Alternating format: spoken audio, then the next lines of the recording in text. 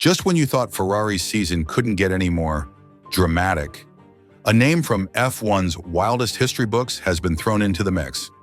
And no, this isn't a throwback episode. It's happening right now. While the team wrestles with underperformance, finger-pointing, and a certain 7-time world champion struggling to make sense of his new red overalls, someone just suggested Flavio Briatore as the next Ferrari team principal. Yes, that Flavio Briatore. Buckle up. Let's rewind. Ferrari entered 2025 with the kind of hype you only get when you sign Lewis Hamilton and field one of the fastest cars of the previous year. They were supposed to be title contenders. Instead, they're chasing McLaren, playing defense against Mercedes, and sitting third in the standings after 10 races. Leclerc has been inconsistent. Hamilton is still figuring things out. The car's design philosophy took a sharp turn, even though the regulations are changing next year. And all that momentum from 2024? Gone. Fred Vasseur, the man brought in to lead Ferrari out of the Binotto era, is now under pressure. Italian media claims Ferrari's top brass gave him 3 races to turn things around. One of those races has already passed. The whispers got louder after reports emerged that Ferrari even approached Christian Horner about the job. Yes, that Christian Horner. Now enter Antonello Coletta, the Le Mans winning hypercar guru, rumored to be in the wings. But even he might not be the big twist. And then came a bombshell. Not from the paddock, from politics. Italy's president of the Senate, Ignazio La Russa, casually drops Flavio Briatore's name as a potential replacement for Vasseur. His pitch? Briatore has the grit and clout to shake things up. Someone who won't just whisper suggestions, but slam fists on tables and get results. A resource, La Russa said, capable of growling and getting things done. For context, this is a guy who led Renault to world titles and left Formula One in disgrace after the Crashgate scandal.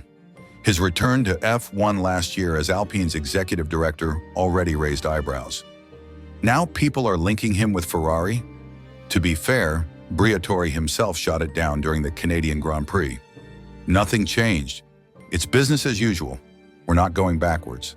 Still, the fact that his name is even being floated, even in the abstract, shows just how unsteady the ground is under Vasseur's feet. And Vasseur knows it. His response? Sharp and to the point. Journalists don't decide who we replace. The attacks on me aren't the problem. I get angry when they attack the team. So here we are. A team that started the season dreaming of titles is now fending off rumors, dealing with political name drops, and looking over its shoulder while McLaren and Mercedes surge ahead. What happens when the most decorated driver in F1 history joins the most iconic team in the sport, and it still doesn't work? That's the question Ferrari fans are asking. And now former insiders are starting to point fingers. Is it the car, the boss, or could it actually be Lewis Hamilton himself? Yeah, this one might sting a little. Let's unpack the latest turbulence inside the Scuderia and why some believe Hamilton's best days may be behind him. Lewis Hamilton, 7-time world champion, the man who defined an entire era of dominance with Mercedes. But fast forward to 2025, and suddenly he's not just chasing wins, he's chasing relevance. Since jumping to Ferrari, Hamilton's impact has been, well, muted. Sure, he's had some flashes, a sprint race win here, a strong qualifying lap there, but when it comes to Sunday afternoons, Charles Leclerc has been the one flying the flag. So what's holding Lewis back? According to former Ferrari driver René Arnoux, the answer might be as simple and brutal as age. Hamilton tries hard, Arnoux said in a recent interview, but at 40, the physical toll of these cars is real. Unless he has a car way faster than the others, he's not going to keep up. Harsh? Maybe, but not baseless. F1 cars today are brutal machines, stiff, aero-sensitive, and demanding every ounce of performance from both car and driver. And with Ferrari's 2025 car falling short of expectations, Hamilton doesn't have the kind of machinery that allows talent alone to override physics. Add in whispers of setup issues, a compromised ride height, and an overall car concept that seems allergic to consistency, And suddenly, even Hamilton's greatness is stuck in neutral. While Hamilton's form has raised eyebrows, no one's ignoring the broader chaos at Ferrari.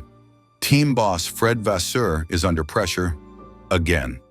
Reports suggest Ferrari even approached Christian Horner as a possible replacement. And rumors are swirling that Antonello Coletta, yes, the WEC guy, could be next in line if things don't turn around soon. So what went wrong? Ferrari entered 2025 off the back of a strong 2024. They nearly beat McLaren to the Constructors' title and looked like serious contenders. Then came the SF25, a car designed to push boundaries, and maybe push too far. From ride height issues exposed as early as Australia, to Hamilton's infamous disqualification in China for excessive skid wear, the car has been a minefield. Forced to run higher than intended, it's losing pace.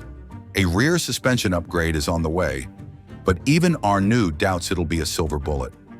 Even if they fix that part, he said, the others aren't standing still. You add something new, you gain maybe 2 or 3 tenths, but that won't save a season. And the most frustrating part? Vasseur seems content with 4th or 5th. For a team built on legacy and expectation, that's not good enough. Not for the Tifosi, not for the media, and certainly not for critics like Arnoux. I hope they're already working on the 2026 car, he warned, because if not, this ship's already sinking. What do you get when a 31-year-old with no F1 experience is handed the keys to a failing race team and turns it into a dynasty? This isn't fiction, it's the real story of Christian Horner, the man who's been steering Red Bull Racing for 2 decades. But why is he still here, after 400 races when others have come and gone? Why hasn't he jumped ship despite all the offers? The answer lies deeper than wins, trophies, or headlines. Let's peel back the layers of loyalty, legacy, and one of the most unlikely success stories in Formula One. When Red Bull entered F1 in 2005, the paddock didn't take them seriously. They weren't a manufacturer. They were a drinks brand trying to look cool in a sport that, at the time, was about suits, cigars, and status. And at the heart of this bold new venture, a 31-year-old named Christian Horner, a guy whose biggest claim to fame was running a successful junior team and beating Helmut Marko in F3000. But Horner didn't come to play by the old rules. While the rest of the grid whispered about his inexperience, he was busy rewriting what a modern F1 team could look like. Red Bull wore Star Wars costumes at Monaco. They blasted music from the garage. Their drivers looked like they belonged on skateboards instead of simulators. And yet, behind that brash exterior, Horner was building something serious. He lured Adrian Newey away from McLaren. He convinced Renault to hand them factory-spec engines. And within a few short years, Red Bull was winning races, then titles, then dominating entire seasons. By the time Sebastian Vettel took their first championship in 2010, the joke was over. Red Bull wasn't a marketing gimmick anymore. They were a powerhouse. And Christian Horner, he'd become one of the most savvy operators in the game. Fast forward 20 years, and Red Bull Racing is now a juggernaut. Over 124 wins, 8 drivers' championships, 6 constructors' titles, a team portfolio worth billions, and every single race, Horner has been there for all 400 of them. So why hasn't he left? Why not take the Ferrari job when they come calling? Why not walk away at the top? Simple, because this team is personal. When asked about the rumors, Ferrari, Alpine, other tempting offers, Horner didn't hedge. My heart and soul are in this team. He's not just the boss, he's the anchor, the one who stood by the team when others doubted it. The guy who brought in the sponsors, built the culture, and helped turn wild ideas into winning strategies. And despite Red Bull's dominance cooling off in 2024 and some high-profile exits, Newey, Wheatley, Horner isn't done. In fact, he's fired up. The next challenge? Building Red Bull's very own power unit, in-house. A bold move few teams have pulled off. He's not chasing comfort, he's chasing legacy. This is a team of 2,000 people, and I feel a responsibility to every single one of them, he said. We've always been a little rebellious, a little different, and that's how we like it. Even as the rumors fly, as the pressure builds, and as F1 politics swirl, Horner remains locked in. No drama, no spin, just relentless drive. What happens when the pressure cooker of Formula One threatens to boil over? Not on the track, but in the media room. While Ferrari faces its toughest season in years, the headlines haven't just been about points or podiums. No, they've been zeroing in on one man, Fred Vasseur. But just when the knives seemed to be out, someone unexpected stepped in with a powerful message. And no, it wasn't Leclerc. It wasn't Hamilton. Let's break down why the former Ferrari boss himself had to step into the firing line, and what it really means for the team's future. The noise started to swell even before the lights went out in Montreal. Fred Vasseur, just a year and a half into his role as Ferrari team principal, found himself at the center of a media storm. The Italian press was buzzing, the German outlets were hinting, even whispers of Ferrari courting Christian Horner reached the paddock. Sure, the team's performance this year hasn't lived up to the hype, especially after last season's near-title fight and the headline-making arrival of Lewis Hamilton. McLaren has run away with the early championship, and Ferrari, sitting third in the constructors, far behind. The fans are restless. The critics are circling. But this time, the response didn't come from Vasseur himself. It came from someone who knows Ferrari better than most. Enter Stefano Domenicali, the current CEO of Formula One, and the former Ferrari team boss who led the Scuderia from 2008 to 2014. In a rare moment of direct intervention, Domenicali went public, not with vague statements or passive support, but with a very clear, very intentional show of backing. "I believe in him," he said of Vasseur. "Let him work in peace. That's how Ferrari will return to the top."